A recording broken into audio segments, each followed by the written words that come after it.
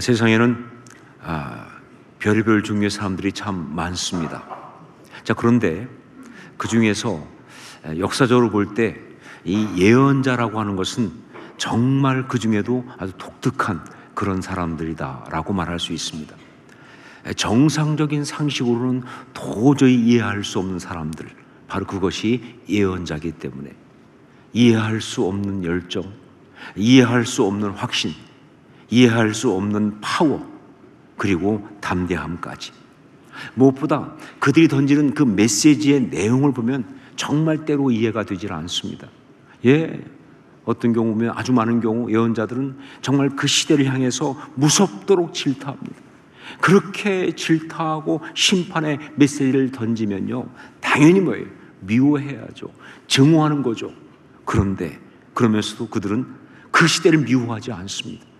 시대를 오히려 부둥켜 안고 포기하지 않고 눈물 흘리며 사랑하는 그런 사람들이니까 이게 잘 이해가 안 되는 거죠. 이런 예언자들의 이해할 수 없는 독특함 중에 하나가 뭐냐? 그들의 예언 범위입니다. 그들은 종종 이스라엘이나 혹은 유다, 이 자기들이 예언하는 그 대상에게만 국한되어 예언하는 것이 아니라 예언하다가 주변 나라들에 대해서 예언을 합니다. 그 주변 나라 혹은 세상의 강대국까지 온 세상 전체에 대해서도 예언을 한다는 거예요. 자, 그런데 이것은 두 가지 면에서 좀 이상하죠. 우선 첫 번째로 주제넘은 짓이다 하는 거죠. 주제넘은 짓이다. 아니, 그 조그만 나라 사람이 그 주변 대국들에 대해서 무슨 자격이 있다고 그 심판을 말하고 멸망을 예언하는지, 이게 정말 그 나라 사람들이 들으면 코웃음 칠 그런 것 아니냐 하는 이야기죠. 더 이상한 것은 두 번째입니다. 그 나라에 대한 예언을 그런데 왜 이스라엘 백성이나 유다 백성들한테 하느냐 하는 거예요. 아니, 그 나라에 대한 심판, 그 나라에 대한 어떤 멸망에 대한 이야기를 하면 그 나라 사람들한테 해야 될 거 아니에요. 그런데 여러분 아시지만 예언자들의 모든 예언은 뭐예요? 이스라엘이나 유다 사람들한테 하는 예언입니다. 그걸 왜 이스라엘이나 유다 사람들한테 하느냐 하는 게 정말 이해가 안 되는 거죠. 결국 이렇게 말할 수 있습니다. 이 여러 나라들을 향한 예언은 사실은 기본적으로 그 나라들을 향한 것이 아니라 하나님의 선택한 백성 유다나 이스라엘 사람들을 위해서 하고 있는 예언이다라는 거예요. 그 나라들에 관한 열방에 대한 예언이지만 사실은 이스라엘이나 유다, 하나님의 선택한 백성들을 향한 그러한 예언이다 하는 거예요. 그렇다면 이 열방의 나라들을 향한 예언, 거기에 담긴 메시지는 뭐냐 하는 거죠. 여러분, 예언을 미래에 정해진 어떤 것을 미리 말하는 것이 그것이 아니라는 것을 제가 여러 번 말씀드렸어요. 예언은 절대 앞에 정해진 미래의 어떤 것을 미리 말하는 것이 아니에요. 예언을 그렇게 이해한다면 그건 성경적이지 않습니다. 여러분, 우리의 미래는 그렇게 정해져 있지 않습니다. 종종 사람들이 운명이란 말을 하는데 운명은 없어요, 사실은. 성경적으로 운명이란 말은 맞지 않는다 그 말이에요. 물론 하나님의 계획은 있어요. 우리 삶을 향한 하나님의 계획은 있지만 그 모든 것이 다 인간의 순종과 그리고 믿음이라는 것을 전제로 하고 있는 거예요. 그러니까 하나님이 우리를 향해서 어떤 그런 정말 귀한 계획을 세우시고 그리고 예정까지 하셨다 할지라도 우리가 순종하고 믿으면 그것이 그대로 이루어지지만, 그러나 우리가 순종하지 않으면, 우리가 믿지 않으면 그 모든 것은 우리하고 해당 사항이 없는 것이 된다 하는 이야기죠. 그러므로 예언이라는 건 뭐냐? 앞날을 미리 말하는 것이 아니라 우리를 향한 하나님의 계획, 하나님의 뜻, 하나님의 그 마음을 이야기하는 거예요. 우리로 하여금 듣고 알고 거기에 순종하라고 그렇게 말씀하시는 거예요. 그러니까 예언이라는 것은 다른 말로 하면 뭐예요? 메시지다 하는 것이죠. 예언은 메시지입니다. 예언은 메시지예요. 하나님의 마음과 하나님의 꿈이 담긴 메시지, 우리를 향한 하나님의 간곡한 요청과 당부의 메시지, 이게 바로 예언이라는 것이죠. 그러므로 아무리 강력한 영적인 감동이나 혹은 엄청난 은사를 통해 주어진 그런 예언이라 할지라도, 예언의 은사가 너무 많은, 그래서 그 사람이 하는 건 정말 굉장히 놀라운 예언이었던 사람이 하는 말이라 할지라도 그것이 하나님의 성품과 어긋나고 거기에 참된 메시지가 없다고 한다면 그건 절대 예언이 아니다. 심한 경우 마귀의 역사일 수도 있다 하는 거예요. 제가 미국에서 목회할 때 한 번은 방글라데시에 단기 선교를 간 적이 있었습니다. 여러 번 갔죠. 근데 그때 그 방글라데시 단기 선교 가면서 일정 때문에 어쩔 수 없이 한국을 들렸다 갈 수밖에 없어요. 바로 못 가니까. 그런데 그 모든 일정이 어떻게 하다 보니까 한국의 주일날 새벽에 도착을 했어요. 그리고 주일날 오후에 이제 태국으로 가는 비행기를 타고 또 가게 돼 있었어요. 그러다 보니까 주일 오전에 예배를 갖다가 한국에서 드려야 되는. 그래서 뭐 특별한 집회도 없이 그냥 주일 예배 드리기 위해서 서울의 온누리교회에 갔습니다. 갔는데 예배 드리러 갔더니 거기서 그 온누리교회에서 로비에서 한 집사님을 만났어요. 근데 그 집사님은 제가 온누리교회 사역할 때 같이 오랫동안 성경 공부를 같이 했던 그런 분들입니다. 그러니까 그때 제가 온누리교회에서 젊은 부부 성경 공부를 많이 했거든요. 오랫동안 했는데 그 그룹에 있는 그런 분이었어요. 그런데 그분이 예배 드리러 왔다가 저를 보더니 깜짝 놀라면서 웬일이냐고. 왜냐하면 한국에 나올 어떤 생각 못했는데 와 있으니까 웬일이냐고 그러면서 이런 얘기 하더라고요. 정말 자기가 목사님을 배웠으면 했는데 이렇게 뜻밖의 만나니 이거 분명히 하나님이 인도하신 것이다 라고 얘기하는 거예요. 그러면서 목사님 힘드시겠지만 예배 끝나고 자기 집에 가서 자기 아내를 좀 만나 주셔야겠다고. 자기 아내가 지금 너무 힘들어하고 있으니까 목사님 가서 좀 도와달라고. 그게 무슨 얘기인가 봤더니 이 부부에게 뜻밖의 하나님께서 늦둥이를 주셨어요. 늦둥이를. 그러니까 이 부부는 딸 둘이 있고 아들이 있는데 좀 한참 이제 터울 두고 이제 또 갑자기 늦둥이로 이제 아이를 갖게 된 거예요. 나이가 있지만 그러나 하나님께서 주신 줄 알고 아주 믿음으로 감사하고 있는데 며칠 전에 이 부인이 기도하는 그런 그룹이 교회 밖에 기도하는 그룹이 있는데 그 기도하는 그룹에 갔는데 그 기도하는 그룹에 한 그 다른 교회 목사님 사모님이 있는데 이분이 아주 그 영적인 은사가 많은 분이에요. 특히 예언의 은사도 있고 기도 많이 하는 아주 그런 분인데 이 사모님이 이 부인 집사님 보고선 집사님 그러면서 내가 이런 말을 해야 할지 모르겠지만 이런 말을 해야 할지 모르면 하지 말아야죠. 얼마나 불안해. 내가 이런 말을 해야 할지 모르겠지만 그러면서 하는 얘기가 자기가 그 부인 집사님을 위해서 기도하는데 그런데 그때 자기가 하나의 그림을 봤다는 거예요. 보통 예언하는 사람들은 보는 사람, 듣는 사람 둘 다 하는 사람이 있거든요. 그러니까 그 그림을 보는 사람이 있고요. 아니면 음성을 듣는 사람이 있어요. 아니면 둘 다 하는 사람이 있어요. 근데 이분은 보는 사람 쪽인 모양이에요. 자기가 그림을 봤는데 집사님이 이렇게 서 있는 뒷모습을 봤다는 거예요. 그런데 그 모습이 그렇게 힘들고 쓸쓸해 보이더라는 거예요. 그래서 왜 그런가 하고 봤더니 이 집사님이 앞에 무슨 놀이터를 보고 있더라는 거예요. 근데 그 놀이터를 봤더니 그 놀이터 안에 아이들이 놀고 있는데 모두가 다 장애가 있는 아이들이었다. 그 이야기를 듣는 순간 이 부인 집사님이 집에 와서 그냥 들어누웠어요. 그렇죠. 들어놓을 수밖에. 그러지 않아도 노산이어서 걱정하고 있는데 마음에 한가 불안이 있는데 그런 얘기 들으니까 이건 뭐 그냥 감당할 수가 없는 거죠. 그래가지고 그냥 이렇게 힘들어하고 있으니까 남편이 아무리 얘기해도 못 벗어나는 거예요. 그래서 그 남편이 이럴 때 유 목사님이 있었으면 참 좋겠다라고 생각하고 그날 교회도 혼자 간 거예요. 부인이 못 가니까 혼자 갔는데 거기서 저를 딱 만났으니까 얼마나 놀랬겠어요. 하나님 인도하십니다. 그래서 저보고 좀 와달라고. 그래서 제가 그 집에 갔습니다. 가서 그 부인 집사님을 만나면서 고린도전서 14장 3절 말씀, 그러나 예언하는 자는 사람에게 말하여 덕을 세우며 권면하며 위로하는 것이요 라는 이 말씀을 가지고 그 사모님이 주신 말씀은 절대 하나님의 예언이 아니다 라고 말씀드렸어요. 뭐 그 사모님이 잘못된 사람 아니겠지만 그러나 모든 사람은 자기도 모르게 마귀에게 이용당할 수가 있어요. 저도 물론 마찬가지입니다. 여기에 교만하면 안 돼요.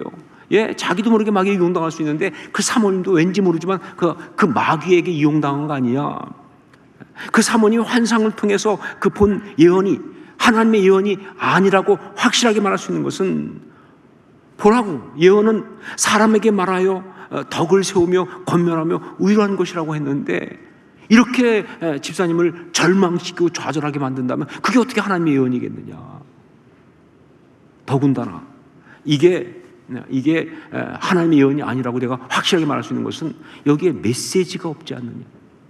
이게 하나님의 예언이라면 반드시 거기에 메시지가 있어야 돼요. 때로 심판의 이야기를 하더라도 거기에 메시지가 있어야, 그래야 그 심판의 메시지가 그들을 다시 살리는 것이 되는 거 아니에요. 그런데 그 사모님이 본 그림 중에 어디에 메시지가 있느냐. 그냥 불안과 두려움에 쓰러뜨리는 것뿐이지. 그러니까 이건 하나님의 메시지가 아니다, 하나님의 예언이 아니다 라고 강력하게 얘기했어요. 그랬더니 그 부인 집사님이 그걸 믿음으로 받아들였어요.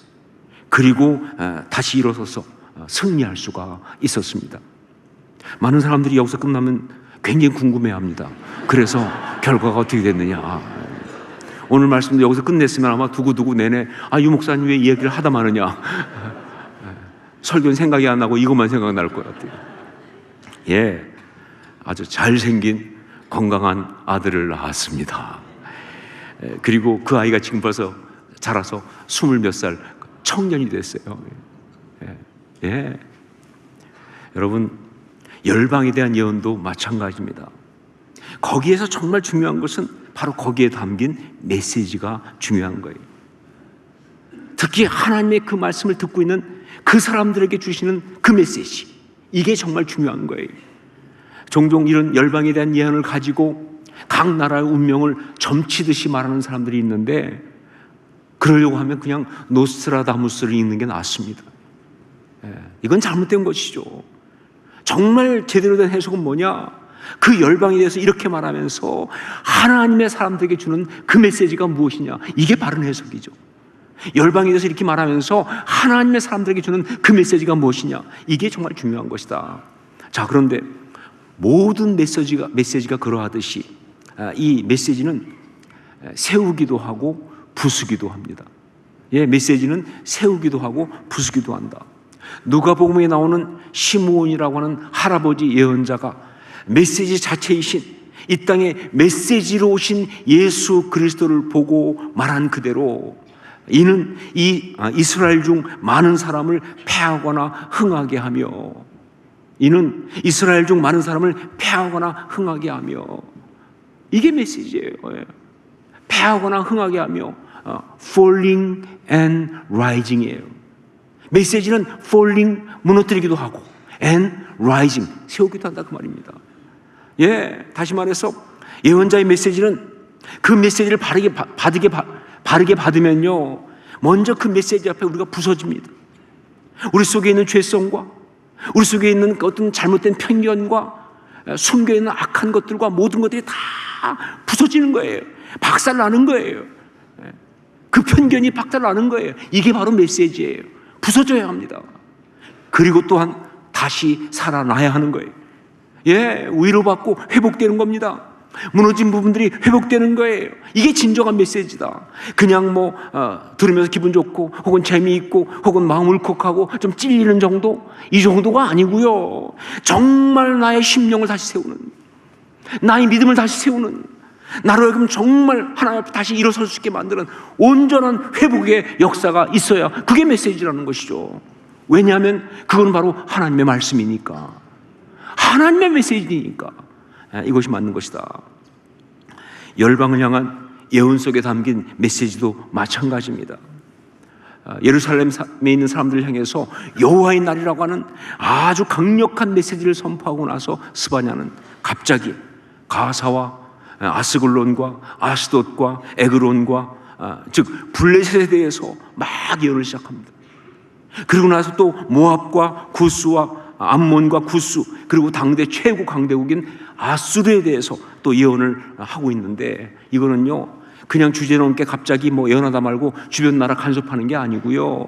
예, 그 여호와의 날을 말했던, 예루살렘에 사는 사람들한테 말했던 그 회중에게 똑같이 하나님이 선택한 백성들한테 바로 그걸 통해서 줄 메시지가 있어서 그렇게 말하고 있는 거예요. 그런데 그 메시지는 뭐예요? 그들 가운데 있는 그 교모한 숨어있는 그 죄악을 부수는 메시지고요. 그리고 그들의 무너진 부분을, 그 마음을 다시 세우는 그러한 메시지다 하는 것이죠. 자, 그것이 무엇이냐? 이게 중요합니다. 왜냐하면 바로 지금 오늘 말씀을 통해서 우리 가운데 주신 메시지니까. 지금 오늘 이 말씀을 통해서, 이 열방을 향한 이 말씀을 통해서 우리 가운데 부수고 세우시는 그런 역사가 되니까 이게 정말 지금 우리한테 중요하다. 그것이 무엇인가? 우선 첫 번째로 열방을 향한 이 예언, 여기에 담겨있는 메시지는요, 우리 하나님의 크심을 이야기합니다. 우리 하나님의 크심. 열방을 향한 예언 속에 담겨있는 메시지는 뭐냐? 우리 하나님이 크시다 하는 거예요. 우리 하나님이 이렇게 크시다라는 사실. 여러분, 우리가 신앙생활 하다 보면 우리도 모르는 순간에 하나님이 작아질 때가 있어요. 세상은 커 보이고 하나님은 작아 보이고, 현실은 커 보이고 하나님은 정말 작아 보이는 그런 순간이 있을 수가 있어요. 그런데 여러분, 이건 결코 작은 문제가 아니죠. 그냥 넘어가도 괜찮은 지나가는 생각이 아니라는 거예요. 이거는 우리 안에 정말 심각한 죄의 역사가 일어나고 있는 거예요. 우리의 영적 능력과 그리고 힘을 다 빼앗는 그런 죄의 역사가 사실은 일어나고 있는 거예요. 여러분, 하나님이 작아 보이면, 세상이 더 커 보이고 현실이 더 커 보이고 하나님은 정말 작아 보이고 무능력해 보이면 거기에 무슨 역사가 있으며 거기 무슨 소망이 있습니까? 신앙은 도대체 뭐예요? 그 순간 아무것도 아닌 것이죠.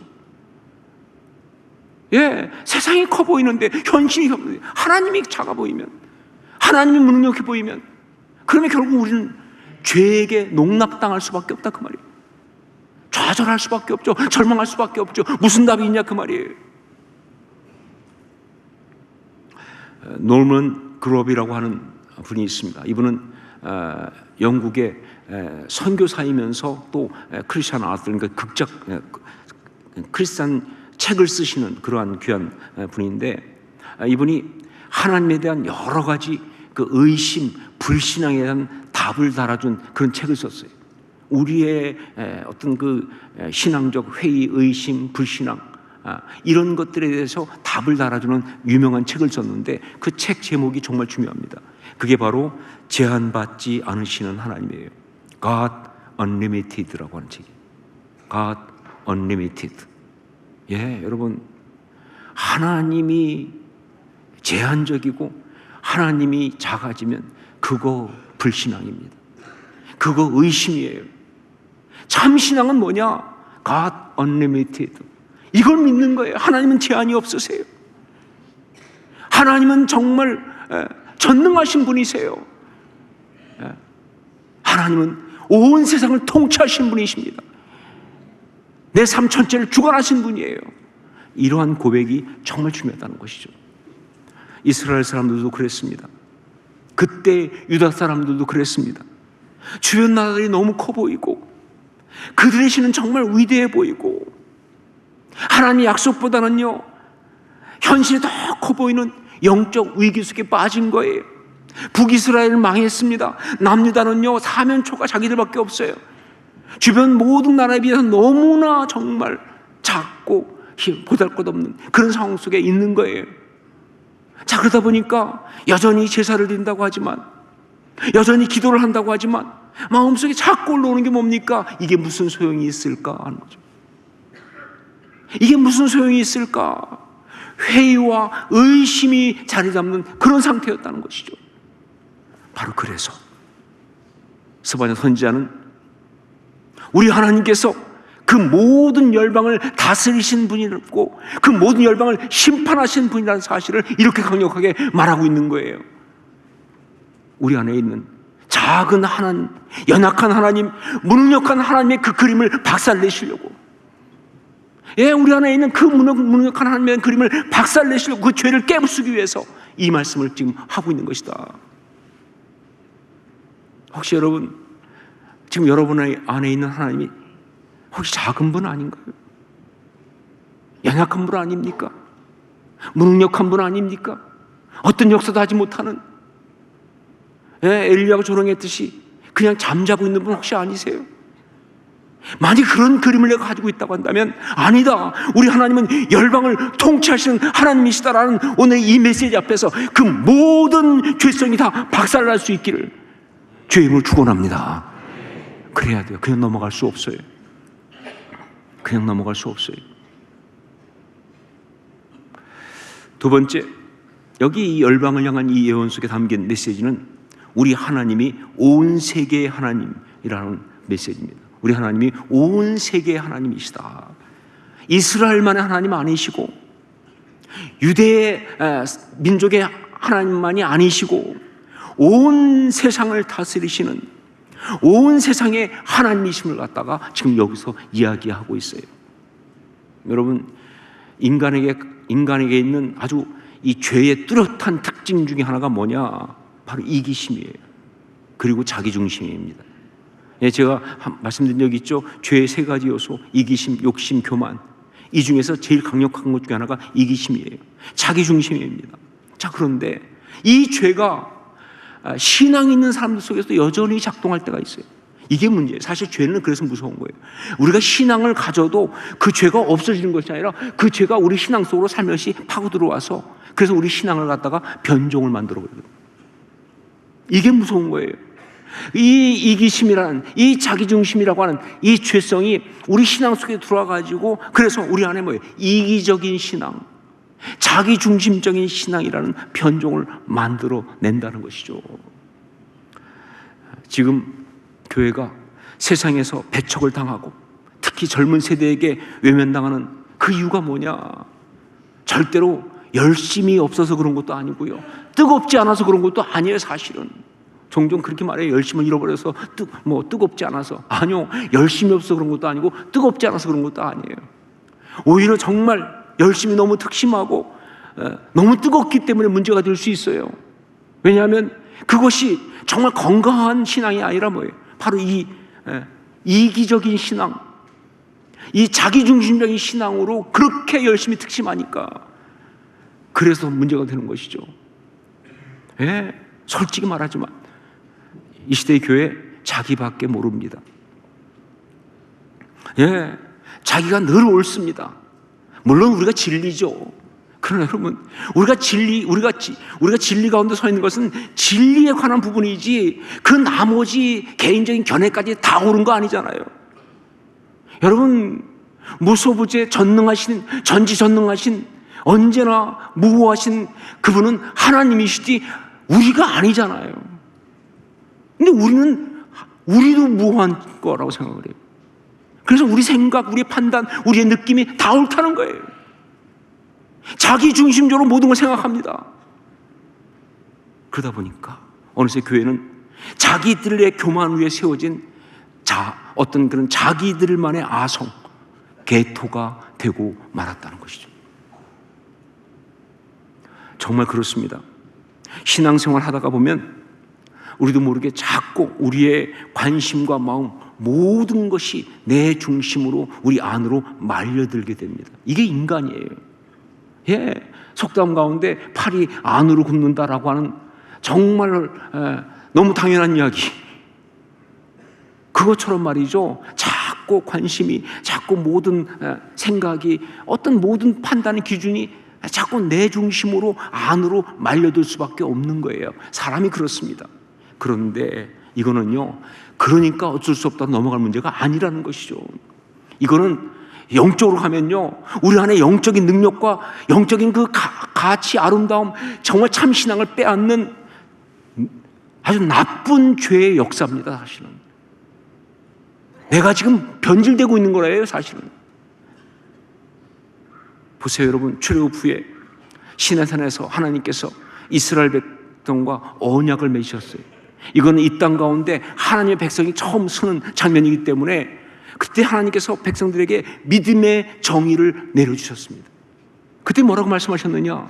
출애굽기 19장 5절 6절, 세계가 다 내게 속하였나니 너희가 내 말을 잘 듣고 내 언약을 지키면 너희는 모든 민족 중에서 내 소유가 되겠고 너희가 내게 대하여 제사장 나라가 되며 거룩한 백성이 되리라. 너는 이 말을 이스라엘 자손에게 전할지니라. 하나님이 당신 자신만을 위해서 하신 말씀 아니죠. 바로 진정한 하나님이 선택하신 백성은 어떤 신앙이어야 하는 걸 말하는 거예요. 세계가 다 내게 속하였나니 너희는 그 중에서 내 소유가 될 것이다. 제사장 나라가 돼야 하니까. 세상 섬기라는 거예요. 온 세상을 바라보라는 거예요. 처음부터 앵글이 여기가 아니라 세상을 바라보는 앵글로 나가고 있잖아요. 예, 그러니까 진짜 신앙은 그 관심이 계속 밖으로 퍼져 나가야 합니다. 신앙인의 기도는요, 그 내용은 그냥 자기 자신에게 계속 오그라드는 것이 아니라 남에게, 이웃에게, 이 사회를 향해서, 이 세상 열방을 향해서 나가야 돼요. 나하고 관심 하나도 해당이 없는 사람이어도 성령이 마음 주시면 기도하는 거다, 그 말입니다. 여러분, 한국이 이렇게 복음화되고 한국 가운데, 교회 가운데 이런 역사가 있던 것은요, 한국이 어디 붙었는지도 모르는, 한 번도 가보지도 않고 발음도 안 되는 이 나라를 위해서 목숨 걸고 기도한 그러한 신앙의 사람들이 있었기 때문에 가능했다는 거 아시죠? 예, 이게 바른 신앙이에요. 이게 아름다운 신앙이에요. 교회가 그 관심과 모든 에너지를 자기 내부에만 쏟게 되면요, 그때부터 교회는 죽기 시작합니다. 그게 죽어가는 교회의 특징이에요. 교회 리더십이 모든 생각과 그리고 시각을 자기 자신과 그리고 자기 교회 안으로만 가질 때 그 리더십은 완고하고 교만하고 굳어버린 전통화된 꼴통 리더십이 되는 거예요. 성도의 기도가 계속 자기 자신, 자기 가족, 자기 파당에만 머물러 있다고 한다면 솔직히 말합니다. 이건 기도가 아니고 그냥 자기 호소죠. 욕심의 표출이다, 그 말입니다. 그걸 누가 기도라고 말합니까? 기도는 하나님의 뜻대로 해야 기도인데. 그러므로 예언자의 이 열방을 향한 예언의 메시지는요, 바로 다른 무엇보다 우리의 이기적이고 자기 중심적인 왜곡된 신앙을 박살내는 거예요. 그 죄성을 부수는 거예요. 왜? 우리 신앙은 절대 이기적이고 자기 중심적일 수가 없기 때문에. 왜냐하면 우리 신앙의 본질이 뭐예요? 십자가 신앙 아닙니까? 어떻게 십자가가 이기적일 수가 있어요? 어떻게 십자가가 자기 중심적일 수 있습니까? 바로 그걸 때려 부수는 그러한 메시지가 이 가운데 있는 것이다. 세 번째, 그러므로 이 메시지는 우리의 영적 자존감을 올려주고 아름답게 세우고 있습니다. 그렇게 부수고 이제 세우는데 다른 것이 아니라 우리의 영적 자존감을 올려주고 아름답게 세워주고 있다 하는 것이죠. 비록 우리가 아무것도 아닌 것처럼 보이지만 유다는 주변 나라 가운데 정말 작은 나라고 이 세계 가운데 뭘 어떻게 할 수 있는 아무런 힘과 능력이 없는 것처럼 보이지만, 그러나 아니다. 너는 나의 백성이고 나는 너와 이 세상 역사를 함께 나누고 싶다는 하나님의 마음이 바로 그 메시지에 담겨 있는 거예요. 하나님은 블레셋에 대해 얘기하면서 구스에 대해서 말하면서 심지어 아수르에 대해서 말하면서 그렇게 말하고 계시는 거예요. 지금 너는 작지 않다. 나는 이 열방의 모든 경영을 너와 함께 하고 싶다. 여러분, 우리는 작지 않습니다. 우리는 아무것도 아닌 것이 절대로 아니다. 우리는 바로 하늘의 하나님, 온 세상의 창조주이시고 정말 이 세상의 주인이신 하나님의 선택받은 자녀예요, 여러분. 동화에 나온 대로 비유한다면 우리는 보이기는 거지같이 보이지만 사실은 왕자예요. 왕자처럼 보이지만 거지인 개가 아니고, 우리는 보이기는 거지처럼 보이지만 사실은 왕자예요.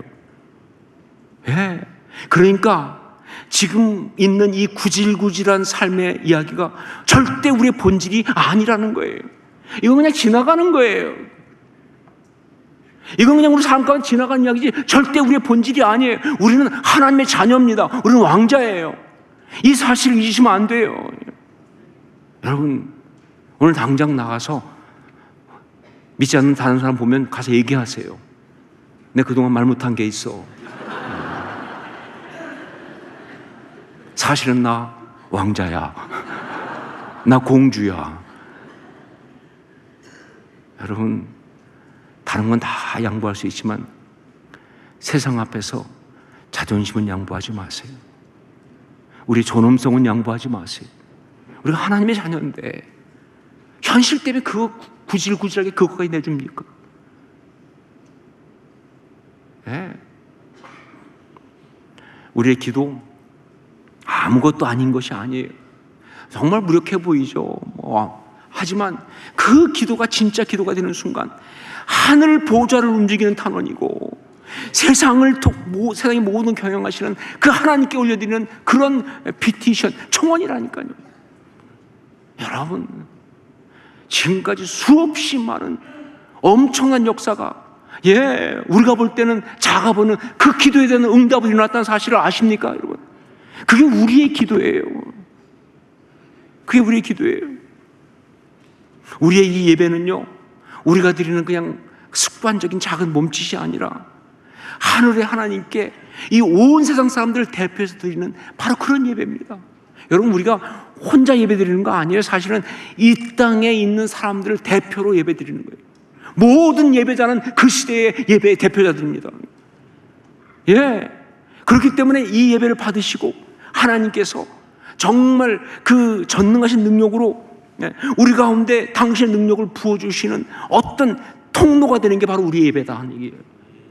그냥 예배 아니에요. 그냥 예배 드렸다 하고 끝날 문제가 아니라니까요.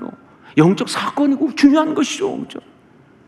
저는 단호하게 이렇게까지 말합니다. 지금 우리나라가 여러 가지로 정말 심각하고 문제가 많은데 그래도 이 나라가 안 망하는 이유가 있다면 우리가 예배하기 때문이에요. 예배하는 자가 있기 때문입니다. 기도하는 자가 있기 때문입니다. 하나님은 그래서 그들을 통해서 역사하시니까. 삶의 어떤 이야기도 우리 안에 있는 하나님의 형상을 근본적으로 파괴할 수 없어요. 아무리 많은 실수와 실패와 어려움을 겪었다 할지라도 하나님의 형상이 없어지지 않아요. 전 신학교에서 그걸 공부하면서 정말 너무 전율하게 놀랐어요. 난 죄지면 하나님의 형상이 없어지는 줄 알았어요. 아니요, 안 없어져요. 물론 여러 가지 부서졌죠. 많이 파괴된 것이 보이지만 그러나 하나님의 형상은 우리 가운데 여전히 있습니다. 그러다가 우리가 다시 꿈을 꾸기 시작하면, 다시 바라보기 시작하면 그게 아름답게 놀랍게 회복되는 줄로 믿습니다. 이게 바로 우리 안에 있는 하나님의 형상이에요. 우린 그런 사람이에요. 이게 바로 열방을 향한 심판을 외치고 있는 선지자가 하나님의 사랑하시는 백성들 속에서 회복하기 원하는 그 회복의 메시지다. 너희는 작은 자가 아니다. 잊혀진 자가 아니다. 아무것도 아닌 자가 아니다. 내 백성이다. 나의 파트너다. 라고 지금 말씀하시는 거예요. 지금 하나님 말씀하십니다. 너희는 작은 자가 아니다. 잊혀진 자가 아니다. 아무것도 아닌 자가 아니다. 내 백성이다. 나의 파트너다. 믿으십니까? 믿으십니까, 여러분? 믿으십니까? 여기서 떨어지면 안 되죠. 굳게 붙들고 그렇게 살아가야 한다. 나의 하나님, 열방의 하나님 잊지 마십시오. 이거 잊지 마십시오. 나의 하나님은 열방의 하나님이십니다. 온 세상의 하나님이십니다.